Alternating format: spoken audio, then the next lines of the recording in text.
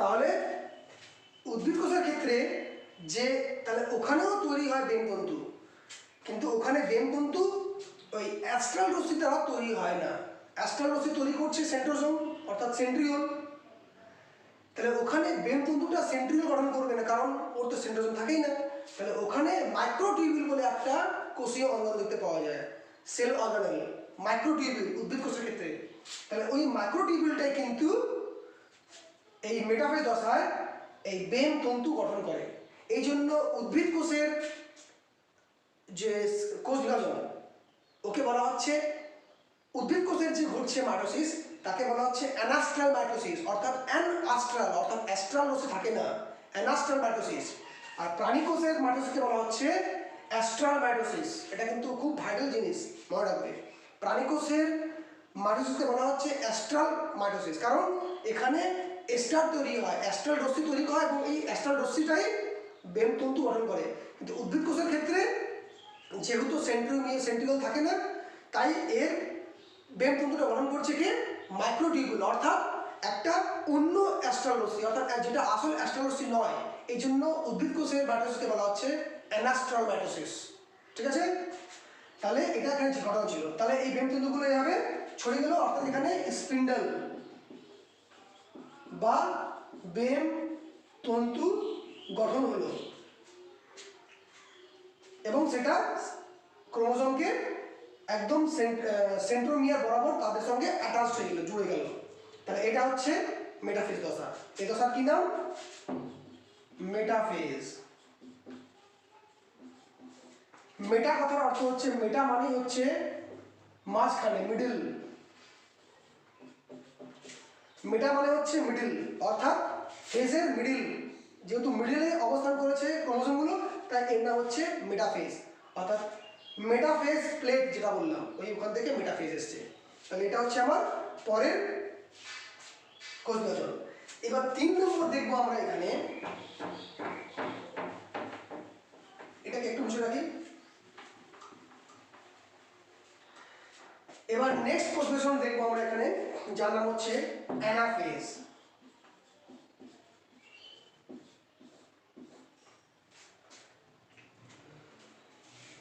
ঠিক আছে?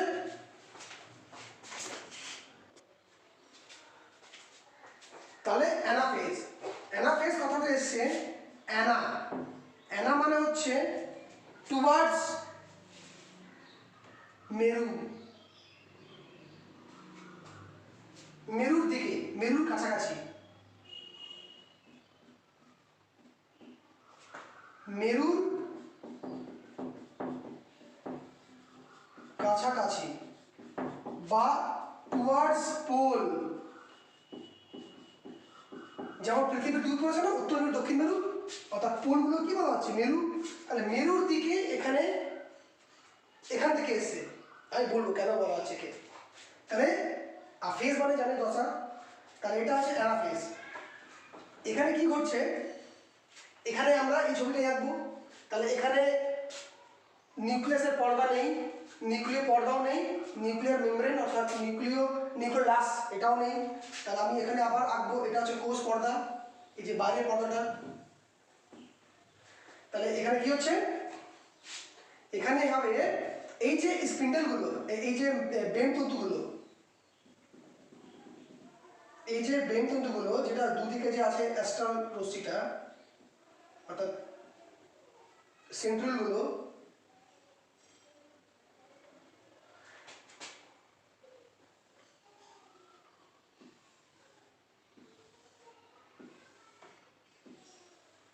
সেন্ট্রিওলগুলো আছে, এখানে কি হয়, এই বেমতন্তুগুলো এই ক্রোমোজোমের সেন্ট্রোমিয়ার অঞ্চলে একটা প্রেসার সৃষ্টি করে, টান সৃষ্টি করে, একটা পুলিং হয়। ফলে কি হয়, এই সেন্ট্রোমিয়ার অঞ্চলটা একে অপর থেকে ছেড়ে যায়, অর্থাৎ একটা সেন্ট্রোমিয়ারের অর্ধেক অংশ চলে যায় এইদিকে, অর্ধেক সেন্ট্রোমিয়ারের অংশ চলে যায় ওইদিকে। হাফ ক্রোমাটিড নিয়ে চলে যায় উত্তর মেরুর দিকে, হাফ ক্রোমাটিড নিয়ে চলে আসে দক্ষিণ মেরুর দিকে, অর্থাৎ জাস্ট মেরুর দিকে যাত্রা শুরু করছে। এই তো এটা আবার ছিঁড়ে গেছে।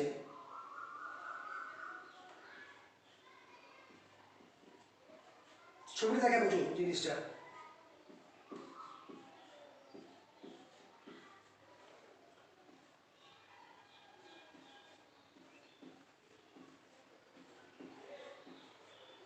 এটা কি হচ্ছে, এটা ছিঁড়ে গেছে, ক্রোমোসোমটা অর্ধেক ছিঁড়ে গেছে, অর্থাৎ এই মেরুর দিকে টান সৃষ্টি করেছে কে, বেমতন্তুগুলো, ফলে মাঝখান থেকে ছিঁড়ে গেছে। তাহলে এবার ছিঁড়ে যেহেতু এই ক্রোমোসোমগুলো অর্ধেক অর্ধেক হয়ে মেরুর দিকে যাত্রা শুরু করছে, টুয়ার্ডস মেরুর দিকে যাত্রা শুরু করছে, এই জন্য এই দশার নাম হচ্ছে অ্যানাফেজ। অ্যানা মানে মেরুর দিকে যাত্রা শুরু করা, অ্যানা মানে টুয়ার্ডস পোল। তাহলে এখানে এই ঘটনা ঘটছে। তাহলে এই ঘটনার এই দশার বৈশিষ্ট্যগুলি কি? এখানেও প্রথম দশায় কি হবে, নিউক্লিয়াস আর নিউক্লিয়ার মেমব্রেন ভ্যানিশ হয়ে গেছে, নেই, অবলুপ্ত হয়ে গেছে। 2 নম্বর কি হচ্ছে, এখানে বেমতন্তুগুলো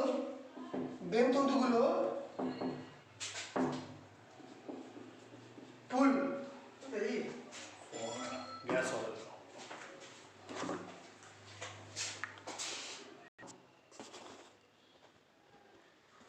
তাহলে এখানে কি হচ্ছে, এখানে যে এই বেমতন্তুটা একটা পুল সৃষ্টি করছে টুয়ার্ডস পোল,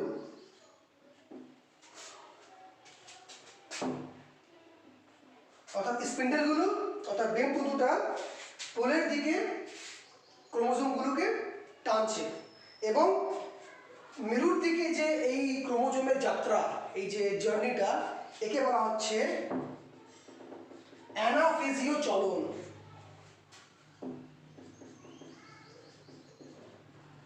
অ্যানাফেজ মুভমেন্ট,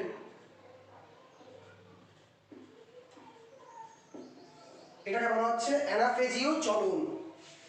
যেহেতু ক্রোমোজোমগুলো মেরুর দিকে যাত্রা শুরু হচ্ছে, অর্থাৎ এখানে আমরা দেখতে পাওয়া যাচ্ছে চলন, যাকে বলা হচ্ছে অ্যানাফেজীয় চলন।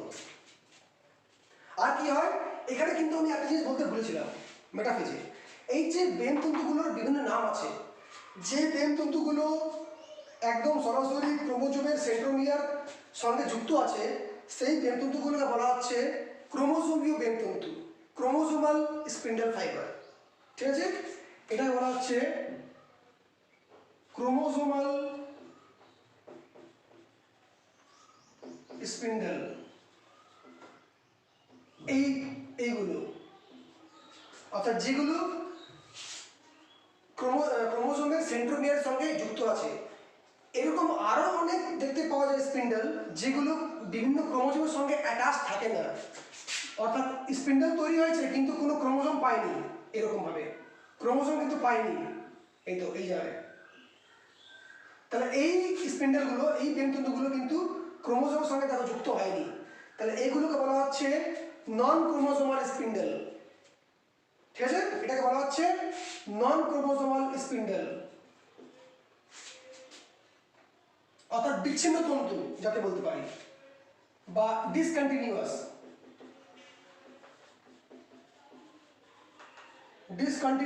স্পিন্ডেল, বা বিচ্ছিন্ন তন্তু। আর এটা হচ্ছে নিরবিচ্ছিন্ন তন্তু, ক্রোমোজোমাল ফাইবার, এটা হচ্ছে বিচ্ছিন্ন তন্তু।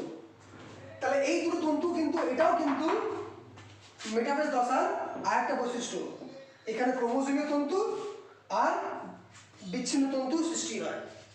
তাহলে অ্যানাফেজের ক্ষেত্রে কি হয়, অ্যানাফেজের ক্ষেত্রে একটা স্পেশাল ধরনের বেমতন্তুর সৃষ্টি হয়। এখানে কি হয়, এই যে যখন যখন ক্রোমোজোমগুলো ছেড়ে যায়, মেটাফেজ প্লেস থেকে যখন ছিঁড়তে শুরু করে, যখন ছিঁড়ে 2 মেরু দিয়ে যাত্রা শুরু করে, তখন এই যে মাঝের যে তন্তুটা, এই যে মাঝের পোর্শনটা তন্তুটা, এই তন্তুটাকে বলা হচ্ছে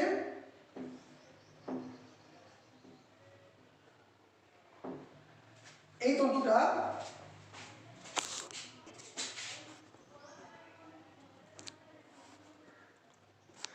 তন্তুটার নাম হচ্ছে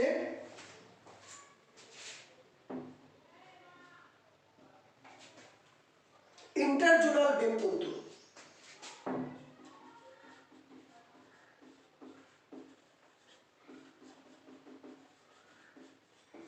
ইন্টারজোনাল স্পিন্ডেল, দুটো জোনের মাঝখানে ইন্টার স্টেটে আছে। মাঝের জায়গায়। তাহলে এখানে এই অ্যানাফেজ দশায় এক বিশেষ ধরনের বেমতন্তু দেখা যায়, স্পিন্ডেল, যার নাম হচ্ছে ইন্টারজোনাল বেমতন্তু। তাহলে এটা বৈশিষ্ট্য, ইন্টারজোনাল বেমতন্তু। আর বাকি তো আছে ক্রোমোজোমিক বেমতন্তু। তাহলে এইটা হচ্ছে আমার এই চারটে হচ্ছে অ্যানাফেজ দশার গুরুত্বপূর্ণ বৈশিষ্ট্য। এই ইন্টারজোনাল বেমতন্তুটাই পরবর্তীকালে আমার তৈরি করবে স্টেম বডি, দেখবো আমরা পরবর্তীকালে আসবো। এবার তাহলে আমার অ্যানাফেজ হয়ে গেল। এবার মাইটোসিস কোষ বিভাজনের ক্যারিওকাইনেসিসের শেষ দশা, যার নাম হচ্ছে টেলোফেজ দশা। এবার কি হচ্ছে? টেলোফেজ দশা।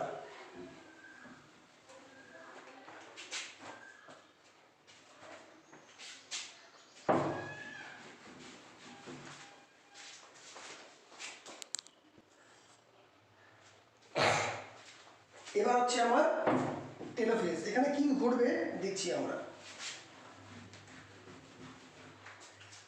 এখানে এই যে মেরুর দিকে যা যাত্রা শুরু করেছিল ক্রোমোজোমগুলো, এগুলো ধীরে ধীরে একদম মেরুর দিকে চলে আসবে। তাহলে আমি এটাকে দু ছবিতে বোঝাচ্ছি, তাহলে তোমরা ভালো বুঝতে পারবে। এই ধরনের একটা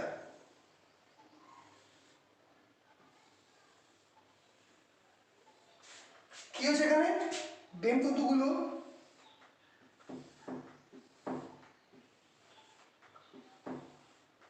এখানে রয়েছে, একটা এখানে রয়েছে, এগুলো একদম মেরুর দিকে চলে এসছে ক্রোমোজোমগুলো।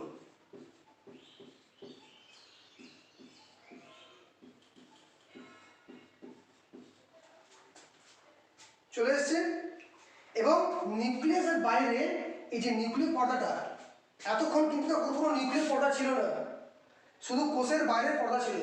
এবার এখানে ধীরে ধীরে নিউক্লিয় পর্দাগুলো শুরু হতে স্টার্ট হবে, তৈরি হতে শুরু হবে। নিউক্লিয়ার মেমব্রেন ধীরে ধীরে শুরু হবে এবং এখানে হচ্ছে এবং ক্রোমোজোমগুলো একদম চলে গেছে মেরুর দিকে। তাহলে ছবিটা কিরকম হবে? এই ছবিটা জাস্ট এটা শুরু হয়েছে, দেখা যাবে এইভাবে আমার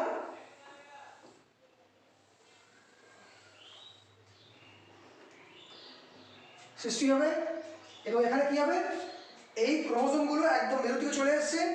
মেরু থেকে চলে আসার পর কি হবে, এই ক্রোমোজোমগুলো ঘটবে ডিস্পাইরালাইজেশন। ডিস্পাইরালাইজেশন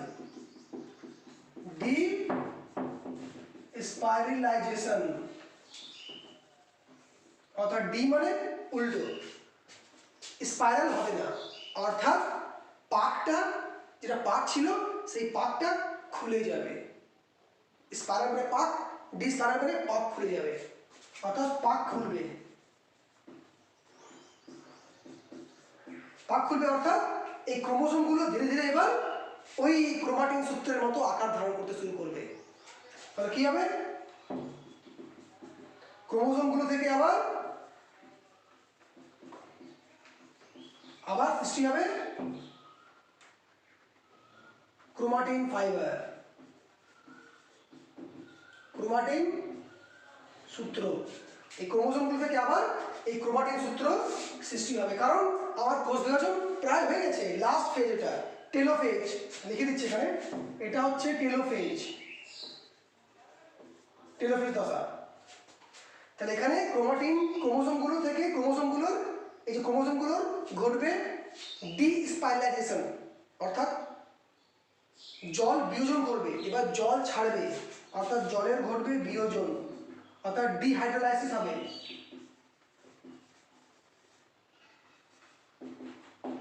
জলের বিয়োজন, জল ছাড়বে এবং পাকগুলো ফুলতে শুরু করবে, অর্থাৎ এই ঘটনাটা বলা হচ্ছে ডিস্পাইরালাইজেশন। এটা সব থেকে ভাইটাল জায়গা, ঘটবে এবং ধীরে ধীরে আবার এইটা এখন হয়ে গেল কোষ পর্দা, এটা হয়ে গেল সেল মেমব্রেন।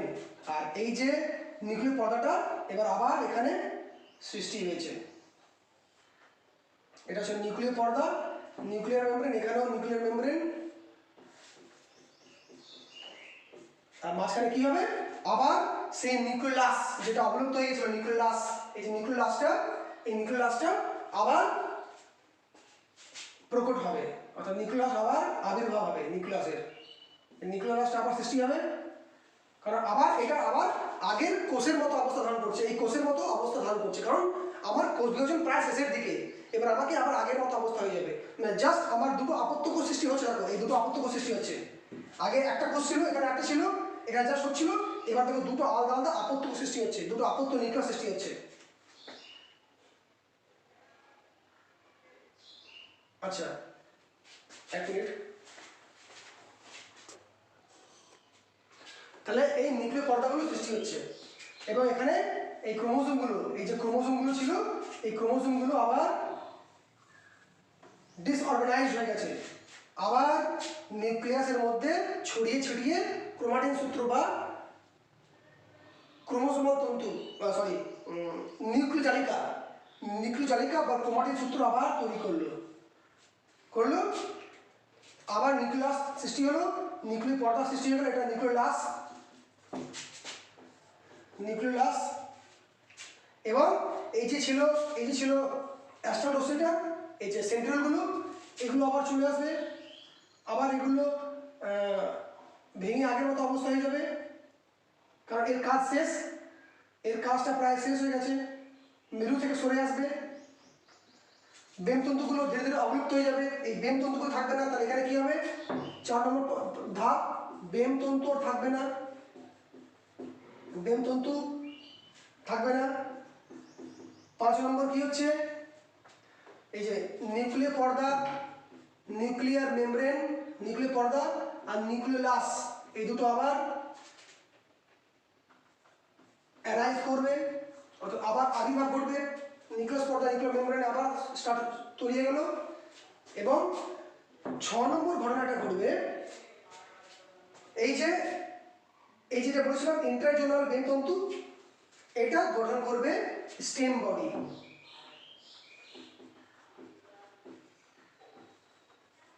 এই স্টেম বডিটা বলবো পরে কি জিনিসটা। তাহলে এই স্টেম বডি তৈরি করবে কোনটা, এই ইন্টারজোনাল বেমতন্তু, যেটা অ্যানাফেজ দশায় সৃষ্টি হয়েছিল, এগুলো তৈরি করবে স্টেম বডি। এবং এরকম একটা কোষের মধ্যে কিন্তু দুটো নিউক্লিয়াস হয়ে গেছে, কারণ এখানে এই ছবিটা এরকম হবে, অর্থাৎ একটাই কোষ একটাই, এই পুরো কোষটাই একটাই কোষ, এই যে এইটা হচ্ছে বাইরের সেল মেমব্রেনটা, তাই তো, কোষ তখন ফাঁকা হয়নি, এই একটাই কোষ ছিল, ওই কোষের মধ্যে দুটো আলাদা আলাদা দেখো নিউক্লিয়াস সৃষ্টি হয়ে গেল, এর পরের দশা, তাই তো, এটার পরের দশা, দুটো নিউক্লিয়াস হয়ে গেল, অর্থাৎ নিউক্লিয়াসের বিভাজন হয়ে গেল, 1 নম্বর নিউক্লিয়াস 2 নম্বর নিউক্লিয়াস, অর্থাৎ ক্যারিওকাইনেসিস হলো। তাহলে এটা টেলোফেজ দশা। টেল কথার অর্থ হচ্ছে, টেল মানে হচ্ছে শেষ, লাস্ট দশা, লেজ বা লাস্ট দশা, এখান থেকে টেলোফেজ এসছে। তাহলে এখানে কি দেখলাম, টেলোফেজ দশা দেখলাম, অ্যানাফেজ দশায় যে তৈরি হয়েছিল ইন্টারজোনাল বেমতন্তু, সেটা গঠন করবে স্টেম বডি, যেটা মেটাফেজ, অ্যানাফেজ আর প্রোফেজের শেষের দিকে যে নিউক্লিয় পর্দা, নিউক্লিওলাস অবলুপ্ত করে গেছিল, সেগুলো আবার অ্যারাইজ করবে, আবার সৃষ্টি হবে, কারণ নিউক্লিয়াসে ঘিরে, নিউক্লিয়াসের আগে আনতে হবে, তো আবার তো আগের মতো নিউক্লিয়াসটা আনতে হবে, তার জন্য আবার সৃষ্টি হবে, এই স্পিন্ডেলগুলো আবার কোষের মধ্যে ডিসইন্টিগ্রেট হয়ে যাবে, অবলুপ্ত হয়ে যাবে, কারণ এর কাজ নেই, কারণ আমার এর কাজ কি ছিল, এই সেন্ট্রিওলের কাজ কি ছিল, বেমতন্তু গঠন করা, যেটা কাজ শেষ হয়ে গেছে, বেমতন্তুর কাজ ছিল ওটাকে ছেড়ে দেওয়া, কাজ শেষ, ওটা থাকবে না। এবার কি ঘটবে, কোষগুলো, এই ক্রোমোজোমগুলো আবার জল শোষণ করবে, জল বিয়োজন করবে, জল ছেড়ে দেবে, ডিহাইড্রেশন হবে এবং সেখান থেকে তার পাক খুলে যাবে, অর্থাৎ ডিস্পাইরালাইজেশন হবে, ঠিক আছে এই ঘটনা। আর ক্রোমোজোমগুলো আবার আগের মতো অবস্থা, ক্রোমোজোমগুলো রিঅর্গানাইজ ছিল, এটা আবার আগের মতো অবস্থায়, একটা পাকের মতো অংশ, একটা জালের মতো অংশ, যেটা বলা হচ্ছে ক্রোমাটিন সূত্র, ক্রোমাটিন ফাইবার বা নিউক্লিওজালিকা, এটা আবার সৃষ্টি করবে। তাহলে এই ঘটনাগুলো হচ্ছে টেলোফেজ দশার সবথেকে ইম্পর্টেন্ট ফেজগুলো, ইম্পর্টেন্ট ক্যারেক্টারিস্টিকগুলো। তাহলে এটা তোমরা বুঝতে পারলে পুরো মাইটোসিসটা, অর্থাৎ মাইটোসিসের প্রথমে ঘটছে প্রোফেজ, যেখানে ঘটছে স্পাইরালাইজেশন, ক্রোমোসোমগুলো সৃষ্টি হচ্ছে ক্রোমাটিন সূত্র থেকে, এবং প্রোফেজের শেষের দিকে কী হচ্ছে, নিউক্লিয়ার পর্দা অবলুপ্ত হয়ে যাচ্ছে। তারপর আছে মেটাফেজে তৈরি হচ্ছে বেমতন্তু, স্পিন্ডেল ফাইবার, এবং সেগুলো এবং ওই ক্রোমোসোমগুলো মেটাফেজ প্লেটের দিকে নিরক্ষীয় অঞ্চলে সুসজ্জিত হয়ে যাচ্ছে। এবং তারপর আসছে অ্যানাফেজে কী হচ্ছে, ওই বেমতন্তুগুলো দুই মেরুর দিকে টান সৃষ্টি করছে, ফলে ক্রোমোসোমগুলো সেন্ট্রোমিয়ার অঞ্চল বরাবর ছেড়ে যাচ্ছে এবং অর্ধেক ক্রোমাটিড নিয়ে মেরু থেকে যাত্রা শুরু করছে, এবং সেখানে তৈরি হচ্ছে ইন্টারজোনাল বেমতন্তু। ছেড়ে যাওয়ার পর এই যে মাঝখানের যে বেমতন্তুটা, এটাকে বলা হচ্ছে ইন্টারজোনাল বেমতন্তু। এবার লাস্ট দশায় এটা বললাম এই পুরো ঘটনাটা টেলোফেজ। তাহলে এটা পুরো হচ্ছে ক্যারিওকাইনেসিস, মাইটোসিস কোষ বিভাজনের ক্যারিওকাইনেসিস, অর্থাৎ নিউক্লিয়াসের বিভাজন। এরপর ঘটবে সাইটোপ্লাজম বিভাজন। আমি একটু এখানে বলে রাখি কী হবে। এখানে এই কোষটা এবার ছিঁড়তে শুরু করবে, এখান থেকে অর্ধেক কোষ কিছুটা সাইটোপ্লাজম নিয়ে এদিকে, কিছুটা সাইটোপ্লাজম নিয়ে এই নিউক্লিয়াসের দিকে দিয়ে দুটো আলাদা কোষ হয়ে যাবে। অর্থাৎ এরপর ঘটবে সাইটোপ্লাজমের বিভাজন, অর্থাৎ নিউক্লিয়াসের বিভাজন হয়ে গেছে, এবার ঘটবে সাইটোপ্লাজম বিভাজন। না হলে দুটো আলাদা কোষ হবে, সৃষ্টি হবে কী করে? তাহলে ওটাকে বলা হচ্ছে সাইটোকাইনেসিস, যেটা আমরা এরপরে পড়বো। এবার এখানে একটা ঘটনা বলে রাখি, যদি একটা কোষের মধ্যে শুধু ক্যারিওকাইনেসিস হয়, সাইটোকাইনেসিস না হয়, তাহলে কি হতে পারে নিজেই বলো। তাহলে কি হবে? তাহলে ক্যারিওকাইনেসিস যদি শুধু হয়, তাহলে একটা কোষের মধ্যে অনেকগুলো নিউক্লিয়াস গঠিত হয়ে যাবে, অর্থাৎ বহু নিউক্লিয়াস গঠিত একটা কোষ সৃষ্টি হবে। আর সাইটোপ্লাজম থাকবে একটাই, পুরো কোষটার মধ্যে বহু নিউক্লিয়াস যুক্ত একটা কোষ সৃষ্টি করবে, তাই তো? ম্যালেরিয়া রোগ জীবাণুর ক্ষেত্রে এইটা দেখতে পাওয়া যায়, অনেকগুলো নিউক্লিয়াসযুক্ত কোষ সৃষ্টি হয়ে যায়। এটাকে বলা হচ্ছে সিনোসাইট। উদ্ভিদ কোষের ক্ষেত্রে বলা হচ্ছে এটাকে সিনোসাইটিক কোষ, আর প্রাণী কোষের কথা বলা হচ্ছে এটাকে সিনোসাইটিয়াম। অর্থাৎ বহু নিউক্লিয়াসযুক্ত প্রাণী কোষকে বলা হচ্ছে সিনোসাইটিয়াম, আর বহু নিউক্লিয়াসযুক্ত উদ্ভিদ কোষকে বলা হচ্ছে সিনোসাইটিক কোষ। তাহলে এরকম একটা অবস্থা সৃষ্টি হবে। এই জন্য একটা সম্পূর্ণ কোষ বিভাজন হতে গেলে আমার ক্যারিওকাইনেসিস যেমন দরকার, ঠিক তারপরেই কিন্তু সাইটোকাইনেসিস হওয়া দরকার, তবেই কিন্তু দুটো আলাদা আলাদা আপত্য সৃষ্টি হবে। তাহলে এটা এখনো কিন্তু আপত্য সৃষ্টি হয়নি, এটা কিন্তু এখনো আপত্য নিউক্লিয়াস সৃষ্টি হয়েছে, কোষ কিন্তু একটাই আছে। এবার যখন সাইটোকাইনেসিস হবে, তখন এই নিউক্লিয়াসের ঘিরে কিছু সাইটোপ্লাজম বিভাজন হবে, এবং এই নিউক্লিয়াসের ঘিরে কিছু সাইটোপ্লাজম বিভাজিত হয়ে দুটো আলাদা আলাদা কোষ সৃষ্টি করবে। অর্থাৎ ঠিক এরকম একটা কোষ সৃষ্টি করবে। এটা নিউক্লিয়াস, এটা কোষ একটা আলাদা, এটা একটা কোষ, এটা একটা আলাদা নিউক্লিয়াস। অর্থাৎ কিছু সাইটোপ্লাজম কিনে এটা সাইটোপ্লাজম নিয়ে অর্ধেকটা এখানে। অর্থাৎ এটা হচ্ছে সেল কোষ পর্দা, এটাও কোষ পর্দা, এটা নিউক্লিয় পর্দা, এটাও নিউক্লিয় পর্দা, দুটো আলাদা অপত্য কোষ সৃষ্টি হবে। তাহলে সাইটোকাইনেসিসটা আমরা পরের ভিডিওতে দেখব। তাহলে যদি তোমরা এটা বুঝতে পেরেছো এই চ্যাপ্টারটা, তাহলে প্লিজ আমার চ্যানেলকে সাবস্ক্রাইব করবে, লাইক করবে এবং বেল বাটনটা প্রেস করবে। তাহলে তোমরা পরবর্তীকালে ভিডিওগুলো আরামসে দেখতে পাবে। ঠিক আছে, আজকে এটুকুই। Thank you.